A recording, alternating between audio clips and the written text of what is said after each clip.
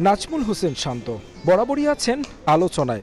গলে 2 ইনিংসে সেঞ্চুরি করেও স্বস্তিতে থাকার উপায় কই? ম্যাচ ড্র হওয়ায় আলোচনা উঠেছে ব্যক্তিগত মাইল ফলকের জন্যই কি খেলেছেন টাইগার অধিনায়ক। গেল টেস্টের শেষ দিনের প্রথম সেশনে 50-র আগে মুশি আর সেঞ্চুরির আগে শান্ত স্লো খেলেছেন ঠিকই, তবে সেটা ছিল দলের প্রয়োজনে, আর সেই সিদ্ধান্ত এসেছে সবার পরামর্শে। তাই এককভাবে কোনো ক্রিকেটারকে দোষ দেওয়ার পক্ষে নন শান্ত। আমরা হয়তো জিততে পারতাম বা কিছু ইন্ডিভিজুয়াল মাইলস্টোনের ব্যাপার ছিল। মুশি ভাইয়ের কথা এখানে অনেক জায়গায় আসছে, আমারও কিছু জায়গায় কথা আসছে, বাট আমার মনে হয় যে উইকেটটা যেরকম ছিল এই উইকেটে আমার মনে হয় না যে আসলে 50 ওভারের মধ্যে অল আউট করাটা সম্ভব হতো, বিকজ অফ আমাদের দেখেন মিরাজ খেলতে পারে না, আমাদের একটা এক্সপিরিয়েন্স বলারও খেলতে পারে না, সো স্বাভাবিকভাবে একটু ইনএক্সপিরিয়েন্স বোলিং অ্যাটাক ছিল, সো ওই রিস্কটা আমরা নিতে পারি নাই। বাট এভাবে আসলে ইন্ডিভিজুয়াল মাইলস্টোনের জন্য এই টিমে কেউই খেলে নাই।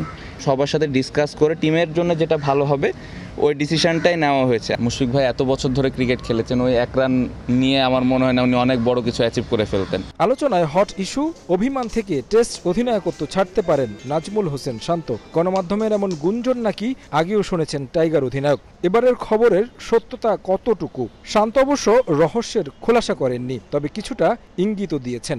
আলোচনা তো এই টেস্টের আগে থেকেই হচ্ছে, আলোচনা হতে থাক। আমি এই বিষয়ে এই মুহূর্তে কোনো কমেন্ট করতে চাই না, কারণ 2 দিন পরে টেস্ট ম্যাচটা ভালোভাবে খেলতে চাই, টেস্ট ম্যাচটাতে ভালোভাবে কন্ট্রিবিউট করতে চাই অ্যাজ এ ক্যাপ্টেন হিসেবে, অ্যাজ এ ব্যাটার হিসেবে। সব থেকে ভালো মুহূর্ত তো লাস্ট টেস্টে ছিল, ব্যাক টু ব্যাক 100 ক্যাপ্টেন হিসেবে, তো তখনই বলে দিতে পারতাম না। এই মুহূর্তে এরকম কোনো কিছু প্ল্যান নেই। ভালো খেলে ছেড়ে দিতে হবে, যে মানুষকে দেখাইতে হবে এরকমও না, আবার খারাপ খেললে করা যাবে না এরকমও না। জিনিসটা হচ্ছে যেটা টিমের জন্য বেটার হবে এবং টিমের ভালো কিছু হবে ওই জিনিসটাই করা হবে। টেস্টের দোহাই দিয়ে প্রশ্ন এড়িয়ে গেলেও বিষয়গুলো নিয়ে আলোচনা হচ্ছে ঠিকই।